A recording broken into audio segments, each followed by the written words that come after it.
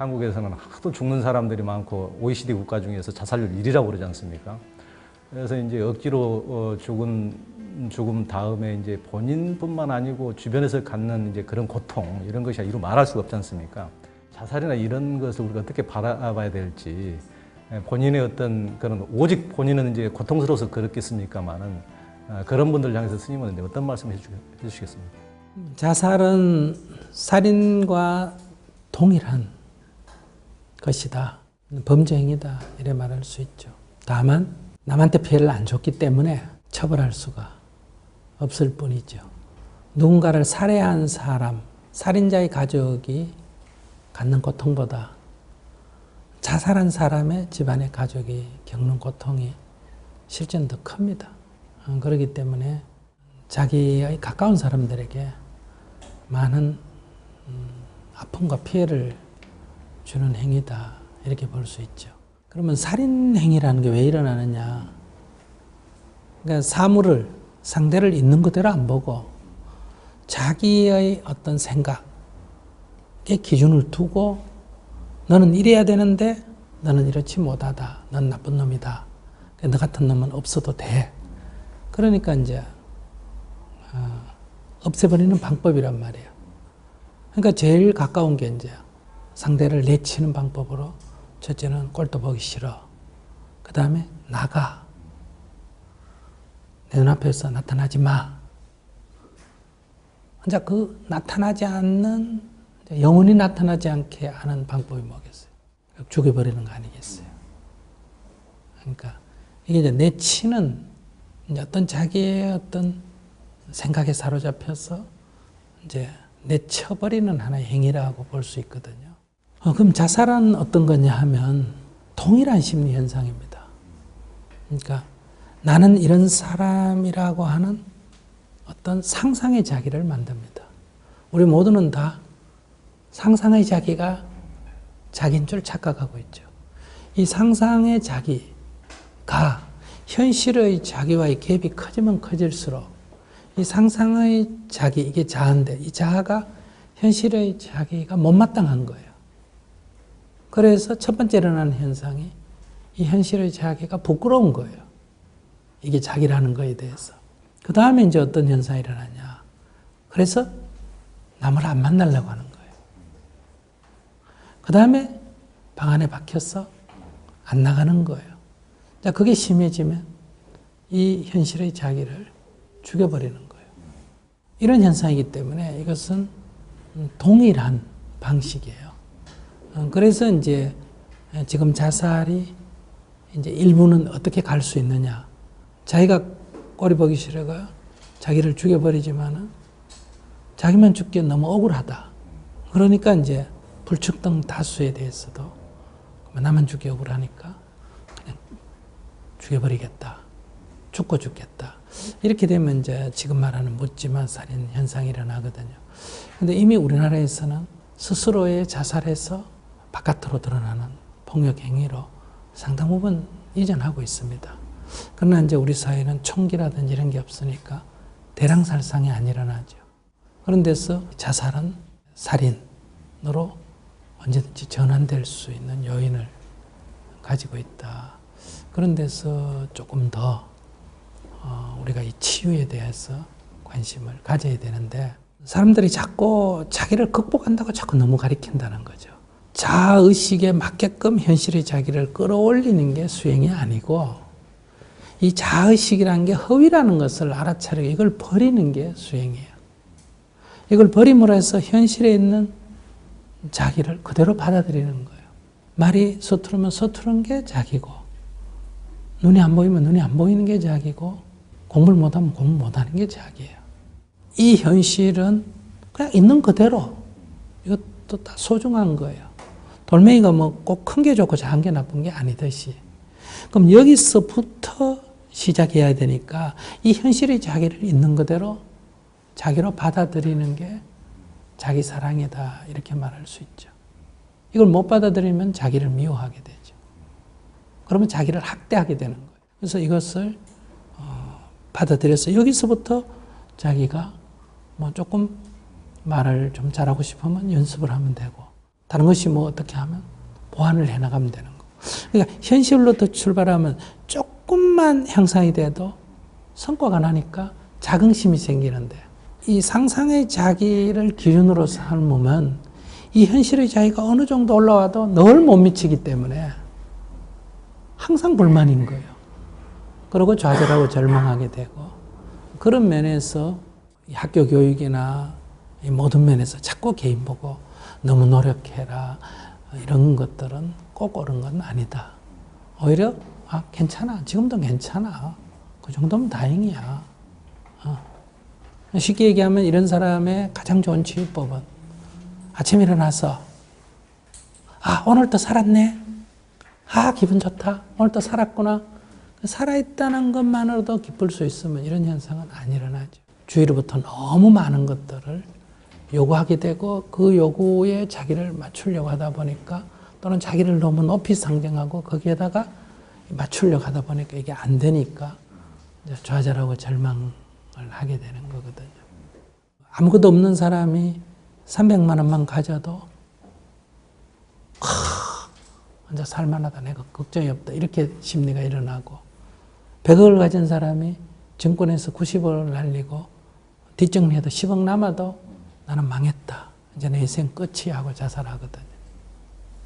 그러니까 이 어떤 객관적인 게 아니라는 거예요. 기준을 자기가 어떻게 잡고 있느냐에 따른 문제거든요. 상대에 대해서도 마찬가지예요. 그러니까 그 사람이 있는 그대로를 받아들여야 되는데, 이제 자기를 기준으로 해서 상대를 보기 때문에 살인행위든 폭력행위가 나타나게 되는 거 아니냐.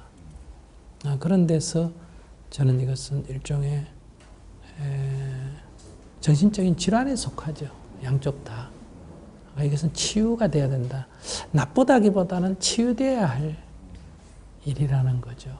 이런 갭이 너무 벌어진 사람을 조기에 발견하고 그것을 이렇게 상담해 주거나 도와줘서 격려해 주거나 해서 이걸 막아야 되고, 또 더 근본적으로는 이것이 이제 자아가 형성될 때 정신이 너무 나약하게 형성되거나, 엄마가 심리가 불안하면 심성 자체가 불안하게 형성되거나, 미워하면 심성 자체가 부정적으로 형성되거나, 이런 문제가 있기 때문에 아기를 가진 또는 키우는 엄마들이 정신이 매우 안정이 되어 있어야 되고 긍정적이어야 된다. 그래서 아이들의 심성이 좀 건강해야 된다. 이게 이제 근본 치유라고 한다면, 이미 심리적 불안 현상이 일어나서 형성됐다 하더라도 이제 사회가 이렇게 좀 덜 이렇게 강박하는 사회적인 장치들을 마련하면 자살률이 줄어드는 거고, 또 조기에 발견해가 치유를 해나가면 이 자살률을 많이 줄일 수가 있죠. 그러면 자살률만 줄이는 게 아니라 이것은 나중에 어떤 사회적인 그런 폭력 행위도 훨씬 줄일 수가 있는 문제니까, 그런 면에서 지금 우리 사회는 물질, 육신을 아름답게 하기 위해서 뭐 콧대를 세운다, 가슴을 부풀린다, 뭐 턱을 깎아준다 하는 이런 육신에 대한 어떤 질병의 치유나, 그렇지 않으면 뭐 미용이나, 안 그러면 뭐 좋은 차를 탄다, 좋은 음식을 마련한다, 이런 것만 지금 치중되어 있지. 그러니까 이 정작 인간을 행복하게 하는 이 마음 자세, 정신, 이 부분에 대해서 좀 무지하다고 말할 수 있죠. 사실 이 치유에 어떤 종교가 가장 앞장서야 되는데, 종교마저도 이러한 그 사람을 치유하는데 지금 주 역할을 종교인들이 하기보다는 역시 어떤 이런저런 이유로 이렇게 재산을 모으거나 건물을 짓거나 지위를 높이거나 하는 지극히 세속적인 그 물질 중심주의의 동일한 흐름으로 가고 있다는 거죠. 그래서 이것은 뭐 종교다, 뭐 교육이다, 뭐 이런 뭐 복원이다 하는 문제를 넘어서서 어쨌든 심성의 이런 왜곡, 자아상실, 심리 불안, 뭐 어떤 이름으로 표현하든 정신 영역에 대한 이런 오류들을 우리가 어떻게 조기에 발견하고 치유해내고 또 근본적인 치유를 할 거냐, 이런 데 관심을 가져야 저는 이 문제를 좀 줄일 수 있지 않나 이렇게 생각합니다.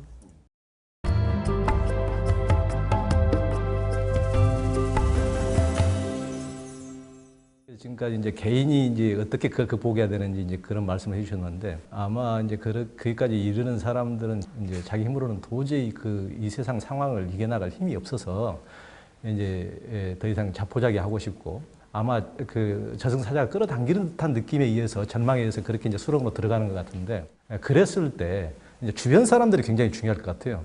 주변에서 그것을 이제 어떤 식으로 좀 느끼고 감지하고, 우리가 좀 귀와 눈과 마음의 문을 잘 열어서 잘 도와줘야 될 것 같은데, 실은 그런 사람들이 없기 때문에 결국 이제 죽음에까지 가는 경우가 많지 않습니까? 스님께서 보시기엔 어떻습니까? 주변 사람들의 역할을 할까, 그거요.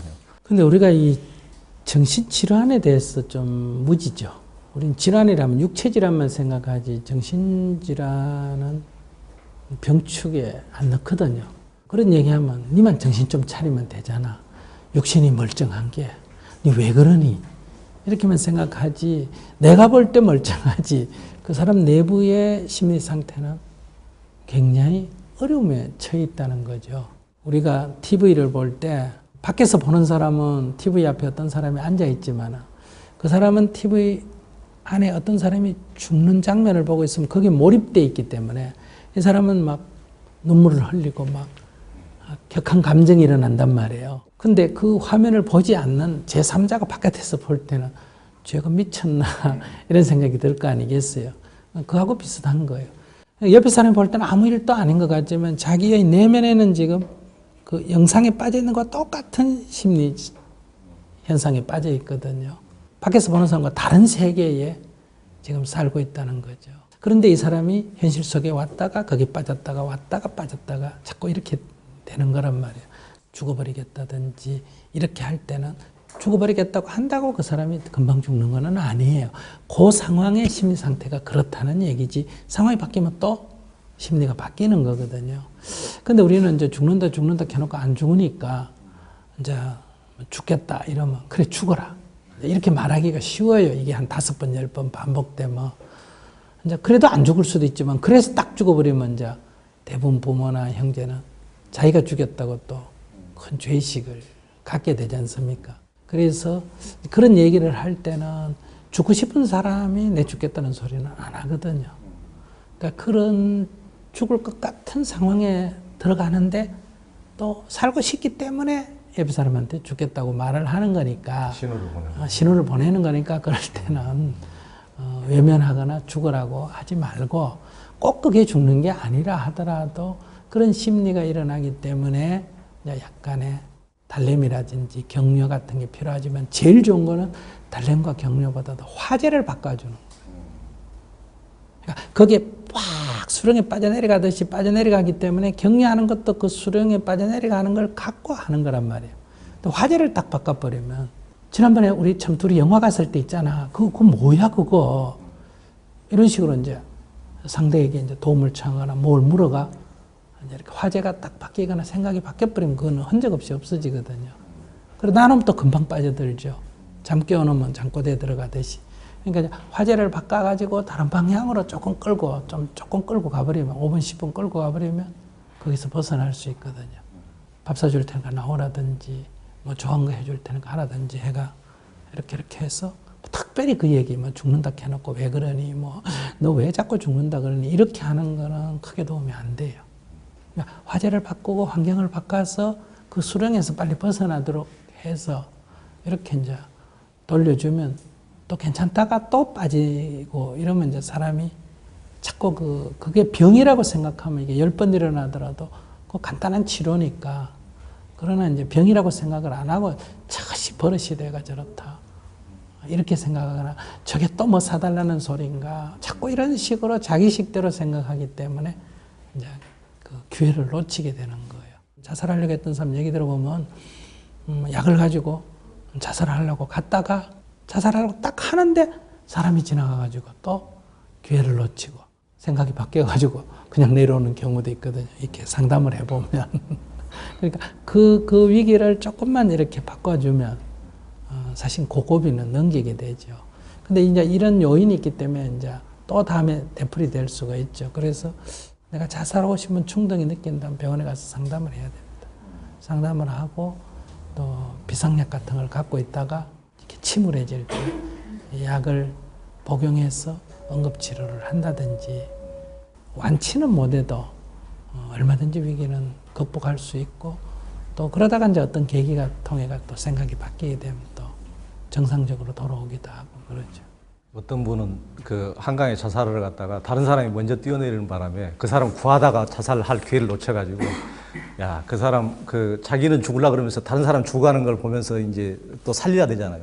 그러니까 야, 이 죽어가는 사람 이렇게 살리다가 보니까 이렇게 생명이 얼마나 중요하다는 것을 이렇게 깨닫고 이렇게 살았다는 얘기를 들은 적이 있습니다만. 네, 그런 게 있습니다. 예를 들어 어떤 사람이 자살하려고 산에 가서 밧줄을 매가 목을 걸다가 뒤에서만요 호랑이가 응 하면 이게 심리 현상이기 때문에 생각이 딱 빠졌는데 응 하면 그 정신이 아니고 육체가 생명이 살려고 하는 게 바로 발동해 버리기 때문에 도망을 가게 되지 않습니까? 그러면 이 침잠돼 있던 심리가 싹 없어지기 때문에 사람들이 볼 땐 그러죠. 니 죽겠다 해놓고 왜 도망가나 이렇게 말하잖아요. 전혀 그렇지 않습니다. 이건 심리가 확 이렇게 늪에 빠지듯이 빠져들어가는 거거든요. 잠에 깊이 빠지듯이. 그래서 그걸 탁 이렇게 흔들어 깨워서 의식을 전환시켜줘야 되거든요.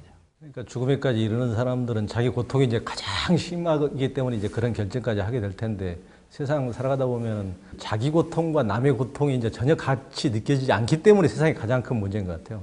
죽음에 대해서도 자기가 죽을 병 걸리면 세상이 다 무너지는 건데 다른 사람이 죽은 것에 대해서 원래 살면 다 그런 거야, 다 죽는 거야. 이렇게 되다 보면 이제 전혀 위로가 아니고 그냥 왼수죠, 그게. 그래서 이제 플라톤이 다른 사람의 아픔에 대해서 함부로 얘기하지 마라. 이제 그러니까 그 사람은 그 사람 나름대로 지금 인생의 가장 큰 고비를 다 넘기고 있는 거다. 그런 식으로 이제 얘기를 했는데요. 그러니까 각자가 이제 가지고 있는 그런 고통들에 대해서 우리는 너무나 어떻게 보면 이제 둔감하기 때문에 그 이제 죽어가는 사람들도 혼자라는 것을 그런 고립감 때문에 그런 결정을 하는 게 아닌가 이제 그런 생각이 들고요. 요즘은 그 관계 때문에 갖는 어려움들이 가장 큰 것 같아요. 그것 때문에 죽고 못 살겠다. 죽겠다는 말이 다른 데서 나오는 게 아니고 관계성에서 나오는 경우가 이제 굉장히 많은 것 같아요. 어떻게 보면 절대적인 어떤 빈부나 이런 것보다도 오히려 관계에서 비롯되는 것이 요즘 이제 현대인들의 가장 큰 고통이고 그 아마 중고등학생들이 자살하는 이유도 그런 게 굉장히 많다고 그래요. 뭐 왕따라든가 그런 우리의 관계 문제를 좀 더 좀 말씀해 주시죠. 아기를 하나 낳아서 키우기 때문에 부모로서는 자식에게 일방적으로 해주지 않습니까? 그러니까 자식은 어릴 때 쭉 자라면서 자기가 원하는 건 다 이루어지는 그런 세상에서 살았단 말이에요. 그러다 이제 이렇게 커서 바깥에 나가니까 걔도 또 그런 세상 속에서 사니까 상호 배려가 없지 않습니까? 근데 옛날에 이제 가족이 여럿이 있을 때는 부모는 자식한테 배려를 해주지만은 형님은 동생한테 절대로 배려를 안 해주거든요. 그러니까 거기서 질서를 잡는단 말이에요. 그러니까 까불다가 또 들게 맞기도 하고 이러면서 이제 삶 자체가 이제 하나의 다른 사람과 관계 맺음이 형제지간에 맺어지지 않습니까? 그러니까 부모 자식과의 관계 맺음은 이게 수직 관계지 수평 관계는 아니거든요. 근데 이제 그런 수평 관계가 어릴 때부터 이렇게 맺어져 오고 형이 동생을 돌보는 것도 수평적 관계고 동생이 형한테 또 도움을 받는 것도 또 야단 맞는 것도 또 자기들끼리 또 치고받고 싸우는 것도 거기서 이제 세상을 배워 나간단 말이에요. 이제 그런 과정이 지금 없다가 보니까 그러면 이제 유치원 같은 데서도 또는 초등학교 같은 데서도 이제 아이들이 이제 이게 그 수평적 관계 맺음에 이렇게 제대로 적응을 못하니까 지금 아이들 교육하기가 어렵다 이런 얘기 하지 않습니까? 그러니까 그런 데서 우리가 애는 하나 낳더라도 가능하면 이렇게 소위 공동육아라든지 함께 사는 연습, 거기서 질서를 잡아가는 것. 그리고 애들끼리 다투는 거에 대해서는 무조건 관여하는 게 아니라 일정하게 지켜보고 그것이 지나치게 부당할 때만 조정을 해주고, 그러니까 남을 때리는 거, 남의 물건을 뺏는 거, 좀 크면 성추행하는 거, 이제 욕설하거나 속이는 거, 이런 것들이 아니면 가능하면 관여를 덜 하는 게 낫습니다. 이렇게 해서 어떤 관계 맺음이 어릴 때부터 훈련되어 있어야 된다. 그러니까 몸에 빼야 되는 거예요. 근데 그게 지금 안 되기 때문에 또 그럼 나중에라도 이게 좀 더 훈련을 시킬 수 있는 기회가 있어야 되는데 이런 게 지금 부족한 거 아닌가. 학교에서도 선생님과 아이들 사이 조금만 일 있어도 학부형이 학교 가서 항의하죠. 그러니까 선생들은 가능하면 별 실익도 없이 아이들 뭐 교육하려다가 자기만 손해본다 하니까 가능하면 외면하게 되고, 예를 들면 이런 게 이제 악순환이 되고 있는 것 같아요. 그래서 이것은 이제 첫째는 부모의 어릴 때 심성의 형성, 3살 때까지 엄마가 심리적 안정 속에서 아이를 키워야 된다는 거, 유치원과 초등학교 때는 아이들에게 모범이 돼야 된다는 거, 뭐든지 따라 배우니까, 그대로 따라 배우니까 모범이 돼야 되거든요. 그 엄마는 욕하면서 애보고 욕하지 말라든지, 엄마는 TV 보면서 넌 공부하라든지 이런 건 안 되거든요. 맹모 삼천의 시기거든요. 환경을 만들어줘야 되거든요. 이런 것이 이제 가족과 학교가 협력을 한다든지 이래야 되는데, 지금 이게 내 아이 귀한 줄만 알지 내 아이가 정말 사회에서 한 사람으로서 제대로 살아갈 수 있는 그런 교육이나 훈련이 잘 안 되고 있죠. 이제 소위 말하면 사회 부적응이 되죠. 이런 부적응은 뭐 이제 지금 말한 대로 이런 그 자살의 한 원인이 되기도 하고 또 사회 폭력의 한 원인이 되기도 하죠. 권리도 있지만 책임이 항상 따르잖아요, 세상은. 그럼 그 권리에 따른 책임, 이것이 늘 인과로 원인이 있으면 결과가 있는 이것이 깨우쳐져야 되는데 이런 훈련이 지금 좀 부족한 거 아니냐. 종교도 사실 이걸 깨우쳐야 되는데 종교가 이 역할을 잘 못하죠. 복은 안 지었는데 복을 받을 수 있는 길이 있다든지 이런 거에 뭐 허황된 얘기지 않습니까? 허황된 것을 깨우쳐서 이렇게 맑은 정신을 갖도록 해주는 게 성인의 가르침인데 오히려 좀 이 허황된 것을 부추기는 역할을 한다면 이게 제 기능을 제대로 못하고 있죠. 그러니까 이제 부모 부족한 데다가 학교 교육에서도 이거 제대로 못하는 데다가 사회교육인 종교 기능도 잘 못하니까 오직 법으로만 이 모든 거를 처벌로만 해결을 하려고 하니까 지금 굉장히 어려운 거 아닌가. 처벌이라는 것은 교활하기보다는 보복이거든요. 처벌보다는 예방하는 게 중요하고 사태가 일어났을 때는 다음에 재발하지 않도록 그걸 어떻게 교화해내느냐에 초점이 맞춰져 있는데 나쁜 짓 했으니까 보복을 한다. 이렇게 되면 그 아이는 또 똑같은 재범을 범할 우려가 있죠. 저는 이것이 지금 악순환이 되는 거 아니냐. 그래서 우리가 지금 경제 개발하고 기술 개발하고 뭐 이런 데만 지금 신경 쓰지 정작 그 속에서 사는 사람들이 얼마나 건강하며 얼마나 행복하냐 하는 쪽에 너무 지금 등한시하기 때문에 결국은 사는 사람들의 이런 소위 자아상실과 부도덕성으로 인해서 우리가 만들어 놓은 이런 사회적인 환경도 결국은 올라가는 쪽으로 갈 수 있다. 이 제국의 멸망은 다 그 사람의 그 부패가 먼저 오고 따라서 제국의 멸망을 하지 않습니까?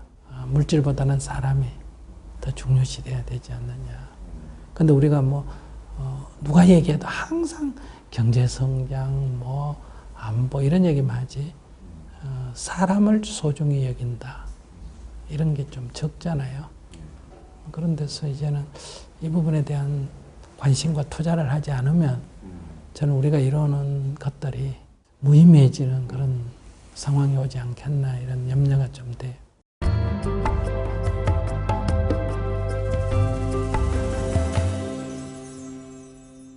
스님께서 이제 사람 말씀하셨는데 지금 저 방청객으로부터 이제 저희가 이제 질문을 받았는데요. 그렇지 않아도 우리가 살아가는 것이 혼자 살아갈 수 없으니까 이제 이 세상의 흐름과 참 무관할 수가 없고 어떤 상황이나 이 세상살이에 의해서 자기의 어떤 또 세상의 고통에 의해서 자기도 고통받지 않을 수가 없고 이제 그런 건데 그래서 이제 지금 MBC 노조 부위원장으로 이제 파업을 했다가 이제 굉장히 그 개인적으로 힘든 과정을 겪으신 우리 이제 PD님께서 이 자리에 나오셔서 이제 질문을 해주셨습니다. 제 직업은 드라마 PD입니다. 작년 한 해 MBC 노조 부위원장으로 파업에 앞장섰습니다. 그 바람에 구속영장 청구에 정직, 대기 발령, 교육 발령 등 파란만장한 한 해를 보냈습니다. 물자로서 세상에 보시할 수 있는 최선이 MBC 파업이었다고 생각했습니다. 언론과 방송의 역할을 제대로 하는 것이 세상을 위한 최선이라 생각했고 제 역할을 다하기 위해 파업도 열심히 했습니다. 그런데 주위에서는 저 양반이 다 늙어서 갑자기 좌파가 되었다. 40대 가장이 아이들이나 가정 생각하지도 않고 철없이 파업을 주도했다고 말합니다. 대한민국에서 행복하게 나이 드는 법은 보수의 길을 걷는 것이라 말하는 사람이 있습니다. 자신이 가진 기득권에 안주하고 경제적, 정치적 안정을 희구하는 것이라고요. 지난 대선 결과를 보니 나이 들수록 그런 경향을 보이는 것 같기도 합니다. 문득 궁금해집니다. 행복하게 나이 들기 위해 우리는 일상에서 어떤 정치적 선택을 내려야 할까요? 그러니까 나이가 들면 가진 게 있고 사회적 지위가 있고 그렇기 때문에 안정을 희구한다. 그러면 아무것도 없는 사람 입장에서는 안정된 사회에서는 기회가 없어진다는 거죠. 그러니까 이게 약간 불안정한 속에서 어떤 가능성이 열려나가지 않습니까? 그런 면에서 젊은이들과 또 뭐 가진 게 적은 사람들이 이렇게 변화를 많이 바라게 되고 또 나이가 들었거나 또 가진 게 많은 사람들은 현상 유지를 바라게 되는 것은 저는 하나의 속성이다 이렇게 생각을 해요. 두 번째는 인간의 삶이 현재만 갖고 이루어지는 게 아니라 항상 과거에 자기가 살아온 그 경험, 불교용어로 하면 까르마인데 이게 늘 정신을 지배하고 있고 그것이 현실에 늘 보이지 않게 그걸 배경에다가 작용을 한다는 거죠. 그런 면에서 보면 나이 든 사람은 옛날에 어렵게 살았지 않습니까? 그 어렵게 살았던 경험에 비춰본다면 지금의 문제가 없다는 거예요. 문제가 많이 있다고 하지만 자기가 볼 때는 문제가 없는 거예요. 그건 문제가 없는데 자꾸 문제가 많다고 하니까 그게 쉽게 이해가 안 되고 오히려 사회를 부정하는 세력처럼 보이게 되는 거죠. 성장해 가고 있는 과정에서는 나이 들면 자연적 이렇게 보수화될 수밖에 없다. 반대로 사회가 거꾸로 몰락에 가면 어떨까? 이러면 또 상황이 나이 들었다고 반드시 보수적이다 이렇게 말할 수 없을 거예요. 자기 어린 시절에는 좋았는데 지금 상태가 나빠지니까 불만이 더 가중될 수가 있고 젊은 애들은 어차피 이런 사회에서 태어났기 때문에 별 불만이 없을 수도 있거든요.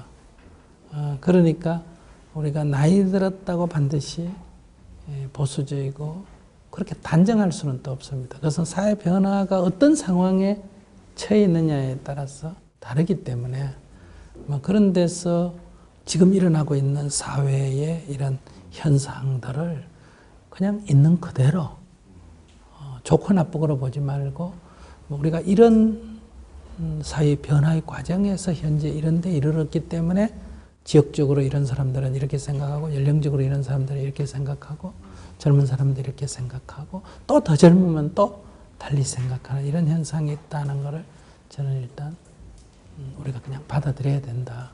여기서 이제 가장 중요한 거는 변화를 바라는 사람도 우리 사회가 그래도 살만하다 하는 긍정을 바탕에 깔고 그러나 이런 건 문제가 있기 때문에 좀 기획을 했으면 좋겠다라고 하면 좀 긍정성 위에 어떤 부정성을 갖는 거예요. 근데 몇 가지 부정한 게 있다고 이 세상이 다 틀렸다. 이건 막 근본적으로 갈아엎어야 된다. 세상 완전히 개판이다. 예를 들면 이렇게 나가면 파괴적인 행위로 나타난다는 거죠. 그러니까 우리가 어떤 변화를 요구할 때 그것이 파괴적으로 나타나냐 건설적으로 나타나냐는 것은 바탕에 긍정성을 깔고 비판을 하느냐 부정성을 깔고 비판을 하느냐에 달려있는 거 아니냐. 그런데 우리 사회를 봤을 때는 많은 부정적인 일이 있지만은 그래도 저는 현재의 대한민국은 긍정성을 바탕에 주고 비판적으로 가야 된다. 그래야 이 비판이 사회적인 어떤 그런 역동성, 건설 방향으로 간다는 거죠. 만약에 부정성을 깔고 이분이 데모를 했다면 과정이 힘들고 괴로울 거고 긍정성을 바탕에 두고 변화를 추구했다면 저는 힘들기는 하지만은 보람이 있지 않을까. 힘들었지만은 그런 파업의 과정에 보람이 있었다. 그것이 성공했던 실패했던 또 실패했다면 그걸 또 살펴서 다음에 또 더 나은 방향으로 가면 경험으로 삼으면 되는 거고 성공했다면 또 성공대로 또 보면 되니까 그것이 힘들었지만은 나름대로 보람이 있었다 해서 지금 본 상태로 돌아올 수 있다면 또 그게 더 힘이 돼 가지고 더 큰 어떤 경험으로 쌓였다면 저는 자기가 볼 때 사물을 긍정 위에 부정적으로 봤다 이렇게 볼 수 있고 그 과정이 힘들었을 뿐만 아니라 괴로워졌고 또 그 실패가 어떤 절망에 이르렀고 그렇다면 자기가 세상을 부정적인 토대 위에서 출발을 했다 이렇게 볼 수 있지 않느냐. 그런 데서 파업을 했다 안 했다는 별로 중요한 게 아니고 몇 살 했느냐도 그래 중요한 게 아니다. 나이가 45이 됐으면 세상 살 만큼 살았기 때문에 세상이란 게 그렇게 다 내 뜻대로 되는 게 아니고 그러나 우리는 좀 더 개선돼야 되기 때문에 내 뜻대로 다 될 수 없다 하더라도 그런 방향으로 노력은 최선을 다해서 해야 되지 않느냐. 뭐 이렇게 접근했다면 저는 이걸 통해서 많이 배웠지 않았겠느냐. 이 세상을, 삶을 조금 더 긍정적으로 출발해야 된다. 부정적인 까르마를 긍정적으로 바꾸는 게 행복으로 가는 길이다. 우리가 독립운동하는 분들이 꼭 고생했다는 것만 갖고 평가할 수 없잖아요. 나라의 독립을 위해서 그들은 목숨을 버렸거나 그를 위협을 당했지만은 지나놓고 지난 삶을 후회하지는 않거든요. 고생을 했지만은 역시 그 보람된다 이런 거거든요. 꼭 그게 성공해야 보람이 있는 건 아니에요. 그런 관점에서 좀 봤으면 좋겠다 싶습니다. 작년까지 비정규직 기간제 교사를 한 60세 가정주부입니다. 지금은 6월까지 실업수당으로 생계를 유지할 수 있으나 그 뒤가 막막합니다. 그나마 정부가 제공한 임대주택으로 앞으로 20년까지는 주거가 보장되는 것이 유일한 안식처입니다. 그런데 이러한 상황이 비단 저뿐만이 아니라 우리나라 대다수의 저소득층 국민이 은퇴 뒤에 겪는 고민이라는 것에 큰 위로가 되기도 합니다. 이 고민의 해결책을 묻고 싶습니다. 또 하나는 며칠 전 죽음을 앞둔 89세 고모님을 뵈러 갔는데 더 이상 물도 삼키기 어려운 처지에 놓여 있는 것을 보았을 때 내 마음이 아팠습니다. 저 육체가 꺼져가는 것은 사필규정이지만 정신도 같이 사라지는 것인지 다 같이 사라지는 것이라면 지금 이 생에 굳이 이렇게 애를 쓰며 살아갈 필요가 있는지 스님의 고견을 듣고 싶습니다. 우선 뒤에 걸 먼저 말씀을 드리면요. 정신은 말짱한데 육체가 허물어지는 사람도 있고 육체는 말짱한데 정신이 허물어지는 사람도 있고 육체도 정신도 다 허물어지는 사람도 있고 늙었지만 육체도 정신도 다 멀쩡한 사람도 있고 그러니까 죽어가는 하나의 과정에서 이런 현상도 생기고 저런 현상도 생기기 때문에 육체도 허물어지면 정신도 허물어져라든지 이렇게 자꾸 자기 생각으로 접근하지 마라. 그 늙어서 죽어가는 삶의 한 과정이 이런 과정을 거쳐가면서 진행되고 있구나. 이렇게 우리가 지켜보는 게 필요하지 않느냐. 본인 입장에서는 어떻겠어요? 몸뚱이보다는 정신이 멀쩡한 게 좋을 텐데 내가 보는 것은 정신은 보이지 않고 육체만 보이니까 육체가 말라있으면 내가 불쌍하고 자꾸 이러거든요. 그냥 하나의 현상으로 담담하게 보고 그 바짝 말라있는 모습이 좀 안쓰러우면 그런 안쓰러워하는 나를 좀 체크하는 게 필요하다. 가능하면 이렇게 쭉 말라서 이렇게 죽으면 삶이 가장 완만하게 마무리 지어가는 과정이거든요. 그래서 그것은 나쁜 게 아니에요. 죽은 뒤에 관들기도 훨씬 수월하고 화장할 때도 에너지가 적게 들고 모든 면에서 그것은 자기가 가진 에너지를 가능하면 소진하고 꺼져가는 등불처럼 조용히 사라지는 게 좋고, 그럴 때 숨이 넘어갈 때까지 정신이 맑게 영롱하면 더 좋죠. 자기의 생을 마감해가는 과정을 자기가 가만히 지켜볼 수 있다면 그건 두려움이 없죠.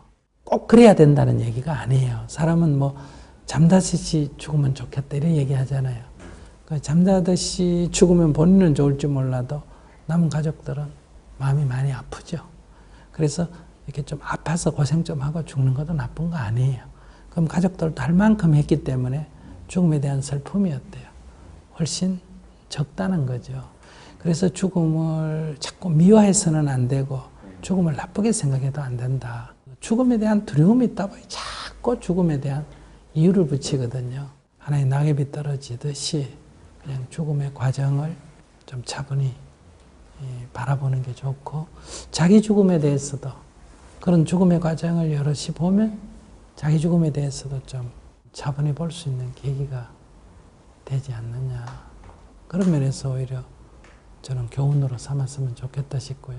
그 다음에 이제 말씀 듣는 걸로만 봐서 사람이 사는데 음식을 먹어야 되고 옷을 입어야 되고 집이 있어야 되는데, 일단은 집이 있다고 하지 않습니까?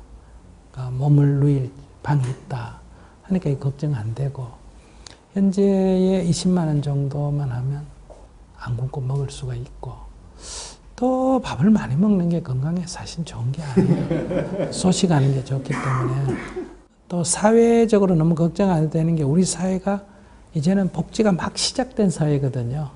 앞으로 해를 가다갈수록 그러니까 복지수당이라는 게 늘어나는 쪽으로 갈 거예요. 그러니까 그렇기 때문에 지금 60이다 그러면 뭐 70까지는 그래도 움직여서 뭐 자기가 필요하다면 벌 수도 있는 아직 나이잖아요. 그러니까 그런 정도로 벌고 20만 원 하고 보태서 한 50만 원 쓰면 되고, 뭐 수입이 없으면 적게 쓰면 되는 거고, 저는 현재의 건강으로 뭐 특별히 환자가 아니면 70, 75살까지는 여성의 경우에는 재밥벌이는 할 수 있습니다. 크게 걱정할 필요는 없다. 내가 젊을 때 살았던 삶의 습관, 그런 수준을 계속 유지하고 고수하려고 그러면 이제 어려움이 있겠지만은 그걸 내려놔 버리고 다시 자연 상태로 돌아가서 우리가 먹고 입고 자면 된다 하는 소박한 쪽에서 출발한다면 저는 대한민국에 태어난 것이 참 자랑스럽고 다행이라고 생각하고, 또 내가 꿈적꿈적하면 밤은 용돈 얼마라도 벌 수 있는 사회지 않느냐. 뭐 그런 관점에서 자기의 현재 남은 삶을 좀 긍정적으로 받아들이고, 자기의 재능을 이렇게 좀 사회에 쓰여지게, 자꾸 돈벌이만 너무 신경 쓰지 말고 이렇게 봉사라든지 기여할 수 있는 부분으로 쓴다면, 저는 어쩌면 지금 60년 살은 것보다 이후 20년의 삶이 훨씬 더 보람있지 않을까 이렇게 생각합니다. 이게 주름이 있다는 건 좋은 거예요. 주름이 있어야 약간 이게 경력이 있어 보이잖아요. 머리가 좀 희끗희끗해야 좀 그래도 말하면 좀 뭐가 들어있어 보이잖아요. 늙어서 자꾸 육체가 젊은이들처럼 뛰어다니고 눈이 잘 보이고 이걸 자꾸 그리워하는 거는, 젊은 애들이 자꾸 어른들을 그리워하는 거나 동일하게 안 좋은 거라는 거죠. 우린 늘 어릴 때는 힘든다 그러고 지나놓고는 또 어릴 때가 좋다 그러고, 대학 때 힘든다 그러고 지나놓고는 또 대학 때가 좋다 그러고, 신혼 때 힘든다 해놓고 지나놓고는 또 그래도 그때가 좋다 그러고, 그런 것처럼 60대가 힘들다 하지만 70대 돼가 보면 60이만 내가 된다면 또 80대면 어때요? 이거 내가 70만 된다면 늘 그래요. 그래서 이게 지금이 좋아요. 나이 들면 한번 해보세요. 우선 우리가 살아오면서 겪었던 중에 첫째, 공부 안 해도 되죠. 아이고, 그 공부 그거 얼마나 힘들었어요. 두 번째, 취직 안 해도 되죠. 그 다음에 결혼, 아이고, 남자, 여자 골려가 그것 이놈이 나은지 저놈이 나은지 그것도 보통 머리 아픈 일이 아닌데 안 해도 되지. 애 안 낳아도 되지. 애 안 키워도 되지. 그거 다 안 해도 되잖아요. 뭐 걱정 있어, 이제. 내 몸뚱이만 그냥 적당하게 건사하면 되는데, 여기다 또 뭐 다 큰 자식 걱정하고 세상 걱정 다 하려면 끝이 없고, 이제 다 홀홀 털어버리고, 이제 60이면 또 옛날 같으면 60이면 생이 끝났어요. 한 사클 다 도는 거예요.